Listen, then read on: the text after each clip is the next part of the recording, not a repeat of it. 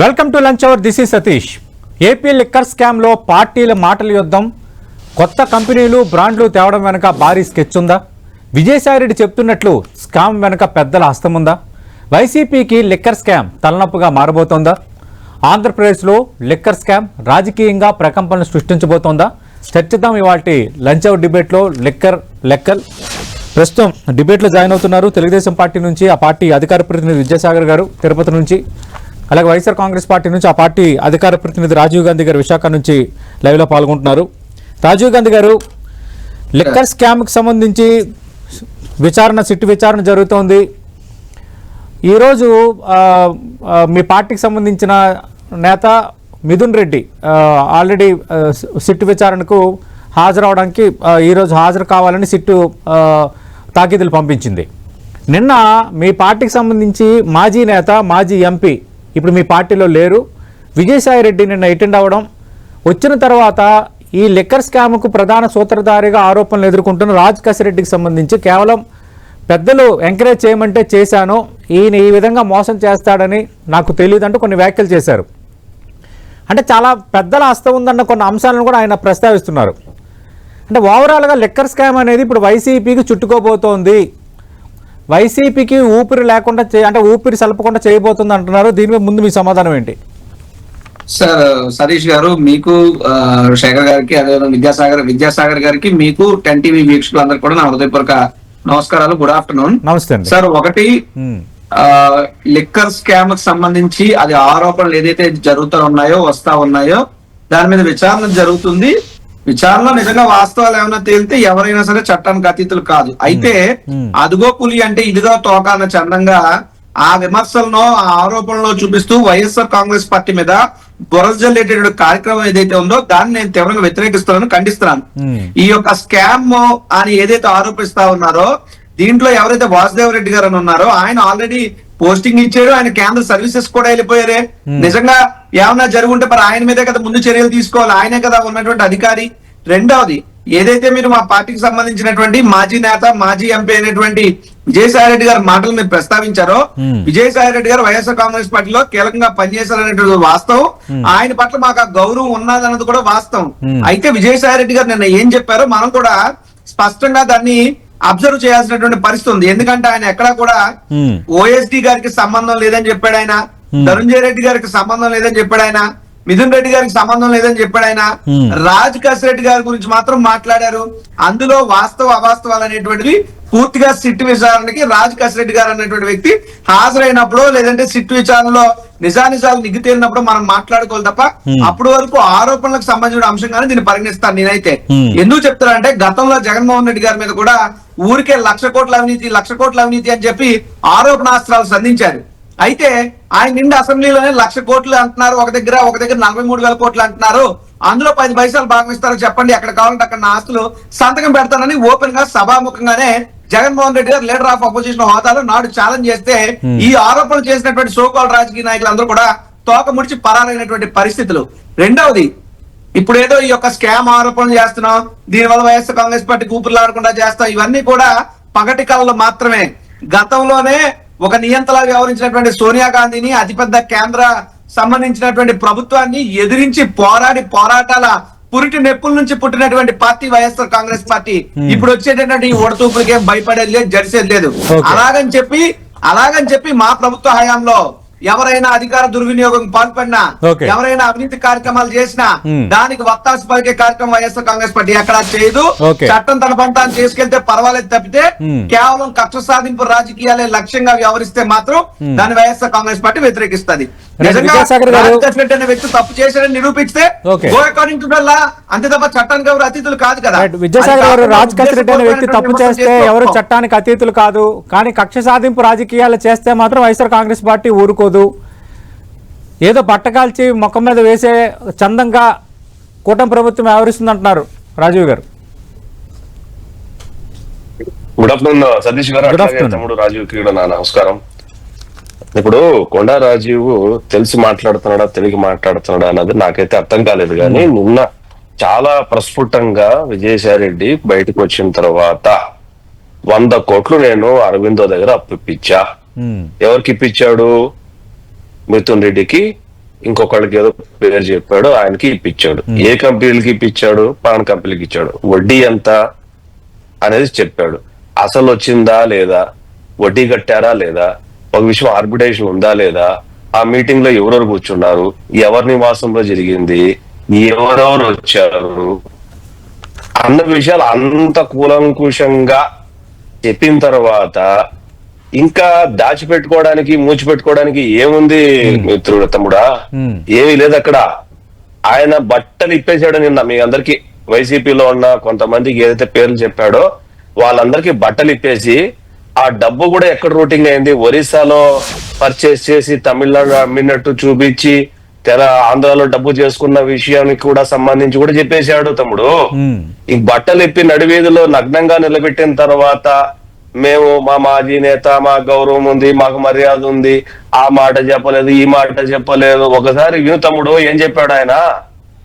ఒకసారి విన్న తర్వాత ఆ 100 కోట్ల ఎట్లొచ్చింది, ఏ కంపెనీలకు ఇచ్చారు, ఎక్కడ కంపెనీ పెట్టాడు, ఎవరు తయారు చేశారు, దీనికి సూత్రధారి ఎవరు, మీటింగులు ఎక్కడ జరిగినాయి, మీటింగులకు ఎవరెవరు అటెండ్ అయ్యారు,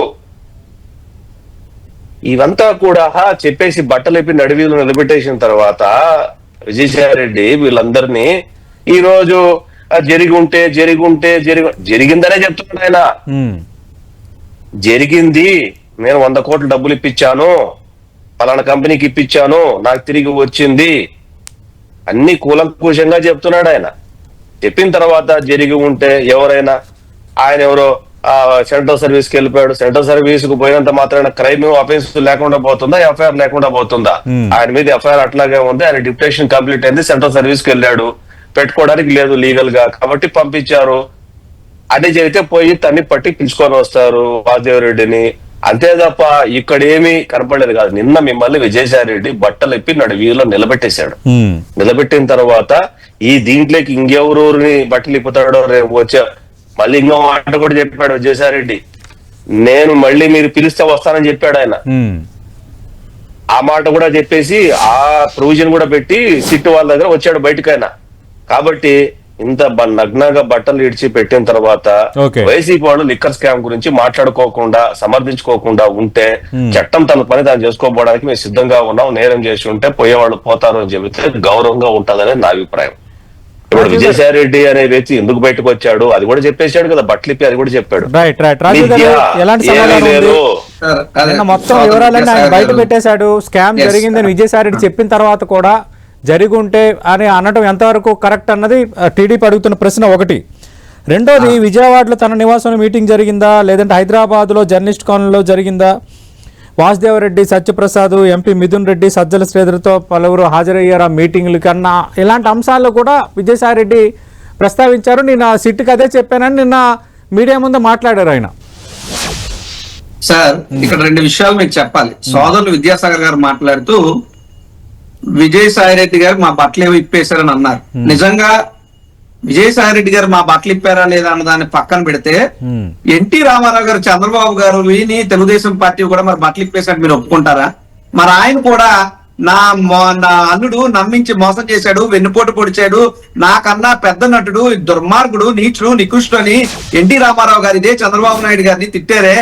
పార్టీలోంచి మీరు బహిష్కరించిన తర్వాత ఎన్టీ రామారావు గారిని మీరు పార్టీకి లాగేసుకున్న తర్వాత, పార్టీ గుర్తులు లాగేసుకున్న తర్వాత, పార్టీ ఫండ్లను లాగేసుకున్న తర్వాత ఎన్టీ రామారావు గారు మరి మిమ్మల్ని ఏనాడో నగ్నంగా నడివీధిలో బట్టలు ఓడదీసి నిలబెట్టాడే. సోదరా, నువ్వు ఆ చరిత్ర మర్చిపోతే ఎలాగా? Please com. చాలా సందర్భాలు మాట్లాడాము, ఈ సబ్జెక్ట్ కన్ఫైన్ అవుదాం.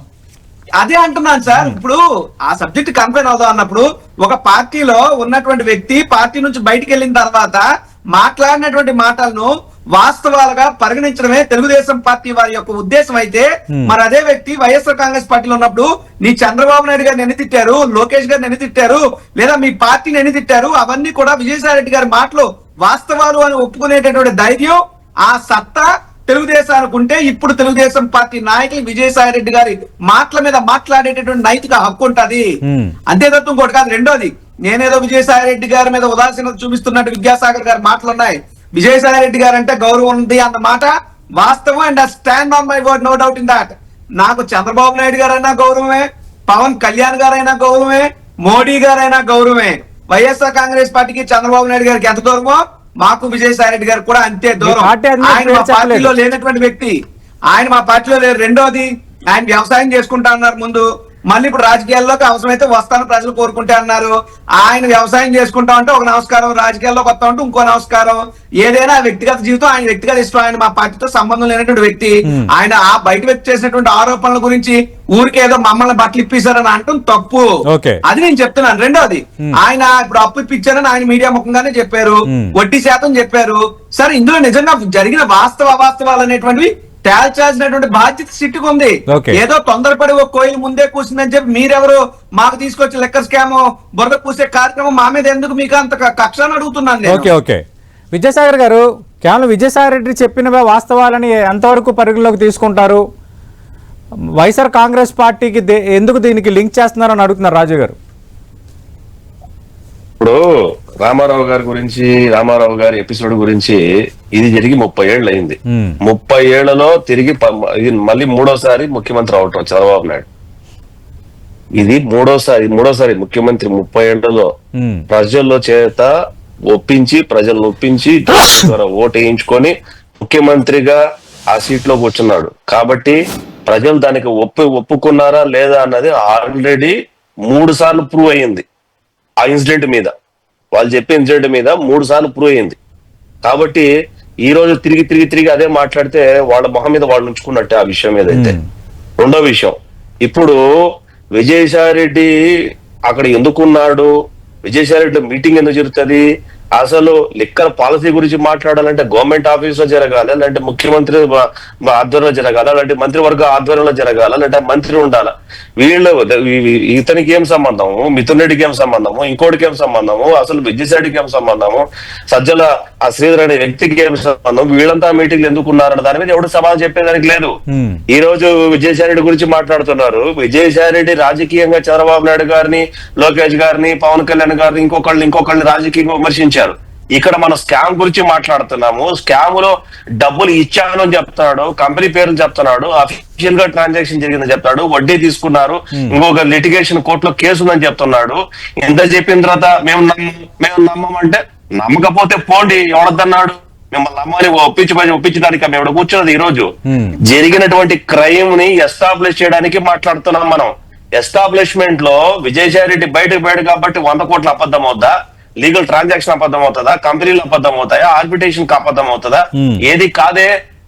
అంటే 100 కోట్లు మేము లిక్కర్ వ్యాపారం చేసుకుంటామంటే డబ్బులు ఇచ్చా నేను పలానా కంపెనీకి అని, కంపెనీకి అరవింద్ నుంచి ట్రాన్సాక్షన్ జరగడం అబద్ధం అయితే ఉండదు కదా. సో అంటే దాని అర్థం ఏంటి, వీళ్ళు ఇన్వాల్వ్మెంట్ అయినట్టే కదా ఇక్కడ. సో మనం మాట్లాడేటప్పుడు విజయసాయి రెడ్డి పార్టీ నుంచి వెళ్ళిపోయాడు, వ్యవసాయం చేసుకుంటాడా లేకపోతే రాజకీయం లేకపోతారా అనేది ఆయన ఇష్టం. 60 కోట్లు, డీకాట్ కంపెనీకి 40 కోట్లు ఇప్పించాను, 12% ఇంట్రెస్ట్ తో ఇప్పించాను, దీనికి ఉన్నతమైన పదవులు ఉన్నవారు ఎవరైనా వారికి డబ్బులు ఇప్పించాలని చెప్పరా అని అన్న అంశాన్ని ప్రస్తావించారు. అది వేరే డిఫరెంట్ కాంటెక్స్ట్. నేను ఇప్పుడు అది ఉందా లేదా అనేది due course of the investigation లో పెద్ద తలకాయ ఉందా, చిన్న తలకాయ ఉందా, ఆడ తలకాయ ఉందా, మగ తలకాయ ఉందా అనేది that is different story. Later అని అది ఫైండింగ్ లో ఉంటది. నేనేం మాట్లాడుతున్నాను, ఎందుకు బట్టలు ఇప్పుడు ఎందుకు చెప్తున్నానంటే, ఎవరు ఆ కంపెనీలకు ఫైనాన్స్ చేశారు, ఆ కంపెనీలు తిరిగి మళ్ళీ డిస్టిలరీస్ ఆంధ్రప్రదేశ్ ప్రభుత్వానికి లిక్కర్ సప్లై చేసిందా లేదా? సింపుల్ లాజిక్ లో దీంతో పాటు 2 కంపెనీలకే 100 కోట్లు ఎస్టాబ్లిష్మెంట్ కాస్ట్, అలాంటి ఎప్పుడు కంపెనీలు, ఎట్లా లిస్టింగ్ కంపెనీలు, ఇవన్నీ ఇన్వెస్టిగేషన్ లో తెలీదా? సో ఇక్కడ మనం లీగల్ గురించి మాట్లాడుతున్నాం, లీగల్ లో ఉన్నటువంటి పాయింట్ గురించి మాట్లాడుతున్నాం. విజయసాయి రెడ్డి అంటేనే చార్టెడ్ అకౌంట్ ఫెటర్నిటీలో ఆయన నిషేధించబడుతున్నాయి, ప్రాక్టీస్ చేయడానికి లేదు. అటువంటి వ్యక్తి దాదాపు 48,000 కోట్ల స్కామ్ లో 11 ఈడీ ఛార్జ్ షీట్లు, 13 సిబిఐ ఛార్జ్ షీట్లు ఉన్న వ్యక్తి ఇంకో వ్యక్తిని తెలివైన క్రిమినల్ అన్నాడు ఒక మాట. అసలు యాక్చువల్ గా ఇతను క్రిమినల్ గా బ్యాక్గ్రౌండ్ ఉంది, అతనికి ఇన్వెస్టిగేషన్ అయిపోయి ఛార్జ్ షీట్లు అయిపోయి ఇప్పుడు కోర్టుకు వెళ్తున్నారు ఆయన. అటువంటి వ్యక్తి ఇంకో వ్యక్తి గురించి కసిరెడ్డి అనే వ్యక్తి వచ్చి తెలివైన క్రిమినల్ అనే మాట మాట్లాడు. ఆ వ్యక్తి నాకు పలానా వాళ్ళు పరిచయం చేశాడని చెప్తున్నాడు, పరిచయం చేసిన వ్యక్తులు వీళ్ళు అని చెప్తున్నాడు. ఆ వ్యక్తి ఎవరు, ఇతనే దేశమంతా ఉలిక్కిపడే అంత క్రైమ్ చేశాడు, అఫెన్స్ చేశాడు అనుకుంటే, ఆ వ్యక్తి నుంచి స్టేట్మెంట్ ఏంటంటే ఇట్స్ బిగ్ స్టేట్మెంట్ ఆన్ ఒక కసిరెడ్డి తెలివైన క్రిమినల్, అంటే ఈ వ్యక్తి కంటే కూడా 100 రెట్లు తెలివైన క్రిమినల్ ను అతను చూశాడు. అంటే దీన్ని బట్టి ఏమర్థం అవుతుందంటే ఇక్కడ ట్రాన్సాక్షన్ అంతా కూడా ఎక్కడో అఫీషియల్ గా జరగాల్సిన మీటింగులు, కొంపల్లో మీటింగులు పెట్టుకొని మీరు ఈ రోజు వచ్చిందను మాట్లాడేసి తెలుతుంది investigation. Be fair Konda Narendra, be fair. At least now also be fair. Fair గా ఉండి ఫెయిర్ ఇన్వెస్టిగేషన్ చేసి మీ వాళ్ళు ఉన్న స్కీముల్లో ఉంటే కనీసం ఇప్పటికైనా పడుతుంది. రాజీవ్ గారు, ఇప్పుడు విద్యాసాగర్ గారు ప్రస్తావిస్తున్న అంశాలు నిన్న విజయసాయి రెడ్డి మాట్లాడినవి ఆల్రెడీ ఈ రోజు మీ ఎంపీ మిథున్ రెడ్డి కొద్దిసేపటి కిందటే విచారణకు ఆయన హాజరయ్యారు. ఆయన ఇంకా బయటకు రాలేదు. ఆయన ఏం చెప్తారన్నది కూడా ఆసక్తికరం. అయితే ఇదైతే కొంత అలజడికి కారణమవుతుంది వైఎస్ఆర్ కాంగ్రెస్ పార్టీలో అన్న చర్చ అయితే బలంగా సాగుతోంది. ఎందుకంటే విజయసాయి రెడ్డి అంటే ఎప్పటికప్పుడు కొన్ని వివరాలు ఒక్కొక్కటికి బయటకు తీస్తుండడం అనేది కొందరిలో ఒక ఆందోళనకు కారణమవుతుంది అంటున్నారు. సార్, ఇటువంటి అలజడులు బయటికి వెళ్ళిపోయినటువంటి వ్యక్తులు మాట్లాడాలు వైఎస్ఆర్ కాంగ్రెస్ పార్టీ కొత్త కాదు. అయితే ఒకటి సోదరులు విద్యాసాగర్ గారు ఇందాక మాట్లాడుతూ అప్పుడు ఎన్టీ రామారావు గారి మాటలు నేను కోట్ చేస్తే ఆయన మాట అన్నారు, చాలా గొప్ప మాట చెప్పారు. ఏమంటే ఆ తర్వాత ఎన్నికల్లో 3 సార్లు ముఖ్యమంత్రిగా చంద్రబాబు నాయుడు గారు గెలిచారు, ప్రజలు ఆశీర్వదించారు. అంటే ఆరోపణలు వచ్చిన తర్వాత ప్రజా యుద్ధంలో, అంటే ఎన్నికలు అనేటువంటి ప్రజా సంగ్రామం అని మనం అనుకుంటాం. సో అటువంటి ప్రజా సంగ్రామంలో మనం గెలిచినప్పుడు మనం చేసినటువంటి తప్పులు అన్ని ఒప్పులని ప్రజలు మనకు సర్టిఫికేట్ ఇచ్చారని చెప్పడం ఆయన ఉద్దేశం. అయితే మారా లెక్క వైఎస్ జగన్మోహన్ రెడ్డి గారి మీద కూడా మీరు అంతా 1,00,000 కోట్ల ఆరోపణలని, ఇందాక మీ నోట్లు మీరు అంటే 43,000 స్కామ్ అని, ఈ అన్ని మాటల తర్వాత ఇన్ని ఆరోపణల తర్వాతే వరుసపెట్టి అనేక ఎన్నికల్లో గెలుచుకుంటూ 2019 ఎన్నికల్లో బంపర్ మెజార్టీతో జగన్మోహన్ రెడ్డి గారు గెలిచి సీఎం అయ్యారంటే జగన్మోహన్ రెడ్డి గారు కడిగిన ముచ్చుల్లానే బయటకు వచ్చారు, జగన్మోహన్ రెడ్డి గారు నిజాయితీ పరుడే అని చెప్పడం తెలుగుదేశం పార్టీ ఉద్దేశం అని అడుగుతున్నా. అంటే ఎన్నికల రిజల్ట్ మీ నాయకుడికి అయితే ఒకలాగా, మా నాయకుడికి అయితే ఒకలాగా ఆపాదించుతూ ఈ యొక్క 2 కళ్ళ సిద్ధాంతాన్ని 2 అంశంపై చాలా సందర్భాలు మాట్లాడాం. దీనికి సంబంధించి రాజ్ కసిరెడ్డి అనే వ్యక్తికి వైఎస్ఆర్ కాంగ్రెస్ పార్టీకి సంబంధం లేదా? పార్టీ పెద్దలు చెబితేనే నేను ఎంకరేజ్ చేశానని నిన్న విజయసాయి రెడ్డి చెప్తున్నారు. సార్, ఒకటి మీ ఎన్ఆర్ఐ విభాగాన్ని కూడా ఆయన లీడ్ చేశాడు. అలాగే ప్రశాంత్ కిషోర్ బాధ్యతలు కూడా నేను రాజ్ కసిరెడ్డికి అప్పచెప్పాను. ప్రశాంత్ కిషోర్ పార్టీకి వ్యూహకర్తగా పనిచేసిన అన్ని రోజులు కూడా ఆయన వ్యవహారాలు, ఆయనకి ఇంకేమైనా ట్రాన్సాక్షన్స్ A to Z కూడా రాజ్ కసిరెడ్డి చూశారని విజయసాయి రెడ్డిని చెప్తుంది. సార్, రాజ్ కసిరెడ్డి అనే వ్యక్తి ఎన్నికలకి ఒక 6 నెలల ముందు నుంచో లేకపోతే ఒక 1.5-2 ఏళ్ళ ముందు నుంచో మాకు కూడా తెలుసు. అప్పుడప్పుడు వస్తూ ఉండేవాడు ఆయన. అంతకు మించి ఆయన ఈ స్కామ్ లో ఉన్నారని కానీ, ఆయన ఇంత స్థాయిలో ఈ ఆరోపణలు ఎదుర్కొంటాడని కానీ మేము కూడా ఎవరు ఊహించలేదు. ఇప్పుడు విజయసాయి రెడ్డి గారు మాట్లాడితేనే అందరికీ తెలుస్తుంది. We are also in shock. అందుకే మేము అంటున్నాం, ఇప్పుడు పార్టీ నుంచి బయటకు వెళ్ళిపోయినటువంటి వ్యక్తి చేసేటటువంటి ఆరోపణలని మేము అంగీకరించాలా, లేదా మా పార్టీలో ఉంటూ వాస్తవాలు చెప్పేటటువంటి మాటలు అంగీకరించాలా? ఇక్కడ పార్టీ నుంచి బయటకు వెళ్ళిపోయారని కాదు, ఆల్రెడీ సిట్ విచారణ జరుగుతుంది. సిట్ విచారణ నీకు తెలుస్తుంది కదా, మీరు ఎందుకు తొందరపాటు అని నేను అడుగుతున్నాను. ఇంకో విషయం మీకు నేను చెప్పాలి సార్. ఈ రోజు అంటే ప్రజల ఆమోదమే ముఖ్యం ఎన్నికల సందర్భం వస్తే, ఈ రోజు విశాఖపట్నం జీవీఎంసీ కూటమి అవిశ్వాస తీర్మానం నెగ్గింది. దానికి వచ్చి ఆ గంటా గారుని సీఎం రమేష్ గారు నీతి గెలిచింది, న్యాయం గెలిచింది, ధర్మం గెలిచింది అన్నారు. పొరపాటు ఏంటంటే అక్కడ గెలిచింది రౌడీ రాజ్యం, అక్కడ గెలిచింది ప్రలోభాలు పెట్టే రాజ్యం, అక్కడ గెలిచింది బెదిరింపుల రాజ్యం.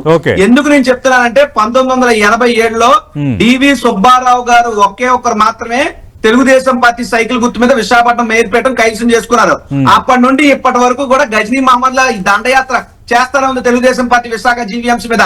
సుమారు 40 ఏళ్ల కాలంలో ఒక్కసారి కూడా తెలుగుదేశం పార్టీ జీవీఎంసీ మీద జెండా ఎగరేసిన చరిత్ర లేదు. రేపు భవిష్యత్తులో కూడా ఓడిపోతారు ఎలక్షన్లు పెడితే. అదే భయంతో ఒక్కసారైనా ఆ సీటు మీద కూర్చుని ఆ ఆశ కోరిక తీర్చుకోవాలనేటువంటి లక్ష్యంతో దొడ్డి దారిలో బెదిరింపులతో ఈ రోజు అవిశ్వాస తీర్మానాన్ని నెగ్గించుకుని ఈ రోజు మళ్ళీ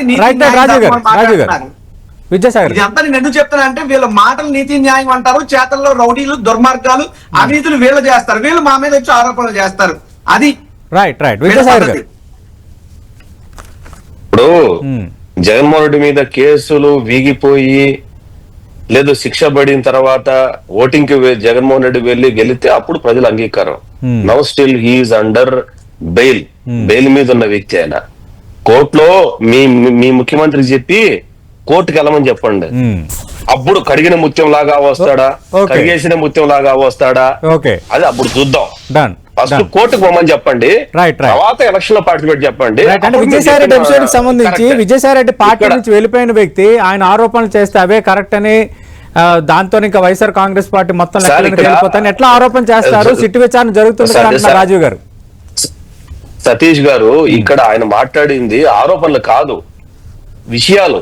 ఆరోపణ అంటే ఇప్పుడు నేను ఏదో ఒక బట్ట కలిసి మగ మీద వేయటం. ఆయన విజయసాయి రెడ్డి ఆ రకంగా చెప్పాలా దీన్ని? అడ్వకేట్ కొండా రాజు కూడా అడ్వకేట్ కదా. అవును. ఆయన చెప్పింది ఏంటి, ఇంత డబ్బు నేను అప్పిప్పించాను, ఇంత డబ్బు నాకు ఇంత ఇంట్రెస్ట్ తోటి ఇప్పించాను, పలానా కాపీ మీకు ఇప్పించాను, అది తిరిగి రిటర్న్ వచ్చింది, తర్వాత ఒక దానికి సంబంధించి అసలు వచ్చింది, మిగతాది వడ్డీకి సంబంధించి అయితే ఆర్బిట్రేషన్ లో ఉంది. ఆర్బిట్రేషన్ అంటే కోర్ట్, అది ఆర్బిట్రేషన్ మీన్స్ కోర్ట్ అది. సో అక్కడ ఉంది పలానా కంపెనీ అని అంత క్లియర్ తర్వాత నన్ను వచ్చి పలానా వాళ్ళు అడిగారు, నేను పలానా కంపెనీకి డబ్బు ఇచ్చాను అని క్లియర్ గా చెప్పిన తర్వాత ఆ కంపెనీ నుంచి ప్రభుత్వం మద్యం కొనుగోలు చేసిన మాట వాస్తవమే. ఎంత కొనుగోలు చేసింది, ఎట్లా కొనుగోలు చేసింది, ఇవన్నీ ఇంటర్లింక్ కదా. ఆరోపణలు ఉన్న విషయాన్ని కన్ఫర్మ్ చేశాడు ఆయన. It's a confirmed matter. మూడోది అంటే అప్పటి సీఎం జగన్మోహన్ రెడ్డికి దీనికి ఎలాంటి సంబంధం లేదన్న అంశాన్ని కూడా ఆయన ప్రస్తావించారు కదా, దాన్ని వైసీపీ ఎప్పుడు చెప్పాడు, ఎవరు చెప్పారు? Who confirm that? ఓకే, ఆయన అడిగింది ఏంటంటే ధనంజయ రెడ్డి అంటే ఉందో లేదో నాకు తెలియదు, నేను చూడలా, నా దగ్గరకు వచ్చింది ఇది, జరిగింది ఇది, నేను ఈ పని చేయమన్నాను, నీ పని చేశాను, అంతే తప్ప ఇప్పుడు ధనంజయ రెడ్డి పాత్ర ఉందా, లేకపోతే ఇంకోటి పాత్ర ఉందా అని సిట్ లో తేలుతుంది. నేనేమంటానంటే డబ్బు ఇప్పించి కంపెనీలు పెట్టించి లేదా ఎగ్జిస్టింగ్ కంపెనీలను లాస్ట్ ఉన్న కంపెనీస్ కు దాని మనీ ఫ్లోట్ చేసి దాన్ని పంపింగ్ చేసి దగ్గర మద్యం కొనుగోలు చేసిన మాట వాస్తవం అవునా కాదా? ఆ కంపెనీలకు అసలు ఈ నాయకులు ఈ అరవిందో కంపెనీ నుంచి ఎవరు చెబితే డబ్బు పంపు చేశారు, ఎందుకు పంపు చేశారు అనేది ఇష్యూ కాదా? అంటే అది క్రైమ్ గా కనపడలేదా? అంటే పార్టీ బయటకు వెళ్ళిపోయినంత మాత్రాన డబ్బు ట్రాన్సాక్షన్, ఆ కొనుగోలు, లేకపోతే బెవరేజెస్ కంపెనీకి మళ్ళీ ఇచ్చిన డబ్బులు ఇవన్నీ తప్పైపోతాయి. రాజు గారు లిక్కర్ స్కామ్ కి సంబంధించి వచ్చిన ఆరోపణల్లోనే ఇప్పుడు నేను విజయసాయి రెడ్డి ప్రస్తావించిన కొన్ని అంశాలు ఉన్నాయి. అలాంటప్పుడు విజయసాయి రెడ్డి చేసిన కేవలం ఆరోపణలుగానే ఎలా చూడాలి? సిట్టు ముందు నేను ఏం మాట్లాడానో ఆయన చెప్తున్నప్పుడు అవి ఆరోపణలే, పార్టీ నుంచి బయటకు వెళ్ళిపోయారు కదా అని పక్కన పెట్టేద్దామా? అసలు స్కామ్ ఏది జరగలేదని సర్టిఫికేట్ ఇచ్చేద్దామా? సార్, ఇక్కడ పక్కన పెట్టడానికి లేదు, స్కామ్ జరిగిపోయిందని సర్టిఫికేట్ ఇచ్చడానికి లేదు. We have to wait until the truth comes out. Time will answer everything. ఇక్కడ ఒక పాయింట్ అయితే నేను చెప్తున్నాను, ఇప్పుడు సో కాల్డ్ కంపెనీలు స్కామ్ ఇదంతా చెప్తున్నారు కదా, ఆ కంపెనీలన్నీ ఎప్పుడు ప్రారంభమయ్యాయి, ఎవరు ప్రభుత్వ హయాంలో కంపెనీలకు పర్మిషన్ ఇచ్చారు తీయమని చెప్పండి. ఇప్పుడు వీళ్ళే కదా అధికారంలో ఉన్నారు, వీళ్ళ సిట్టే కదా ఉంది, వీళ్ళ ప్రభుత్వం కదా వేశారు. ఆ కంపెనీలు ఎప్పుడు ప్రారంభమయ్యాయి, ఎవరు అధికారంలో ఉన్న కంపెనీలకు పర్మిషన్లు ఇచ్చారు అన్నది తెలిస్తే తెలిపోద్ది. ఒకటి. రెండు, ఆయనే చెప్పారు ఆర్బిట్రేషన్ లో ఉంది అంటే కోర్టులో ఉందని. అంటే ఎవరెవరికి మధ్య కోర్టులో ఉంది? సోకాళ్ళ కసిరెడ్డి రాజన్న ఆయనకి ఆ అప్పు ఎవరైతే ఇప్పించారో లేకపోతే అప్పు ఇచ్చినటువంటి వారు ఎవరైతే ఉన్నారో ఆ వడ్డీలు వసూళ్లు వచ్చే దాంట్లో ఇబ్బందులు ఉన్నాయి, దానివల్ల ఆర్బిట్రేషన్ అంటే దేర్ ఆల్రెడీ ఓ కేసుల్లో తిమ్మిని బమ్మెన్ చేయమాక కాకినాడ పోర్టు ఎట్లా బెదిరించి లాక్కున్నారన్నది, కాకినాడ పోర్టు ఎట్లా బెదిరించి లాక్కున్నారన్నది కూడా తెలుసు అందరికీ. కంపెనీ కోర్టు కాదు, కంపెనీని బెదిరించి ఏం అరాచకాలు చేసిన అందరికీ తెలుసు. కాకినాడ పోర్టు చూసాము, కాకినాడ పోర్టులో ఏం జరిగింది మనకు తెలుసు. ఎవరున్నా సరే బినామీలుగానే పెడతారు అక్కడ. మనిషి ఎవరు అనే వ్యక్తి మౌనంగా ఉన్నా, నేను మీకు గౌరవం ఇచ్చాను. I do expect the same from you. నా పాయింట్ నేను చెప్తాను తప్ప నా పాయింట్ ఇక్కడ ఏదున్నా సరే సిట్టు విచారణ అంతిమంగా తేలాలి తప్ప అంతవరకు ఎవరేం చేసినా ఆరోపితులే. అయితే జగన్మోహన్ రెడ్డి గారి గురించి ఒక మాట మాట్లాడారు, ఆయన బెయిల్ మీద ఉన్నారని. బెయిల్ మీద ఉన్నారన్నది మీ భాష. నేర ఆరోపితమైనటువంటి వ్యక్తే తప్ప నేర నిరూపణ జరిగినటువంటి వ్యక్తి కాదు. వైఎస్ జగన్మోహన్ రెడ్డి గారు is not convicted, is only accused. ఆయన మీద ఇంత దుష్ప్రచారం చేసినటువంటి మీరందరూ కూడా చాలా పాపం పనులు చేసినటువంటి ఆయనైతే టెక్నికల్ గా లాపరంగా చూస్తే ఆయన బెయిల్ మీద ఉన్నట్టే కదా. ఎక్యూజ్ అని కూడా చెప్పాలి కదా. ఆయన ఏదో నేరం రుజువు అయిపోయినట్టు ఏదో ముందు వచ్చి జడ్జి గారి కన్నా ముందు జడ్జిమెంట్లు ఇచ్చేస్తే ఎలాగా? ఆయన ఎన్ని కేసుల్లో ఆయన కేసులో ఉన్నటువంటి శ్రీలక్ష్మి గారు క్లీన్ చిట్ రాజు గారు ఫస్ట్ అటెండ్ కమ్మని చెప్పు కోర్టుకి. రాజీవ్ అటెండ్ కమ్మని చెప్పు. విద్యాసాగర్ గారు, మనం చూస్తున్నాం ఆంధ్రప్రదేశ్ లో లిక్కర్ స్కామ్ అయితే రాజకీయంగా ప్రకంపనలు సృష్టించేలా కనిపిస్తోంది. వైఎస్ఆర్ కాంగ్రెస్ పార్టీలు కీలకంగా వ్యవహరించి ఆ పార్టీ నుంచి బయటకు వచ్చిన మాజీ ఎంపీ విజయసాయి రెడ్డి నిన్న చేసిన వ్యాఖ్యల నేపథ్యంలో ఇది ఇంకా ఎక్స్ట్రీమ్ కి వెళ్ళబోతోందా అన్న ఒక రకమైన అనుమానం రాజకీయ వర్గాల్లో చర్చ జరుగుతోంది. ఎంపీ మిథున్ రెడ్డి ఈరోజు పిలిచారు, అలాగే రాజ్ కసిరెడ్డి మిగతా వాళ్ళంతా విచారణ చేసిన తర్వాత ఇంకెలాంటి అంశాలు బయటికి రాబోతున్నాయి, వైసీపీ గతంలో అధికారంలో ఉన్న వైసీపీకి ఒక పెద్ద హెడేక్గా మారబోతోందా అన్న ఒక చర్చ అయితే జరుగుతుంది. చూద్దాం అసలు ఏం జరగబోతుంది, సిట్టు విచారణలు ఏం తేలబోతుంది, విజయసాయిరెడ్డి చెప్పినవన్నీ వాస్తవాలా కాదా ఏంటి అనేది మనకి కొద్ది రోజుల్లోనే తేలబోతోంది. ఇది వాటి లంచ్ అవర్ డిబేట్.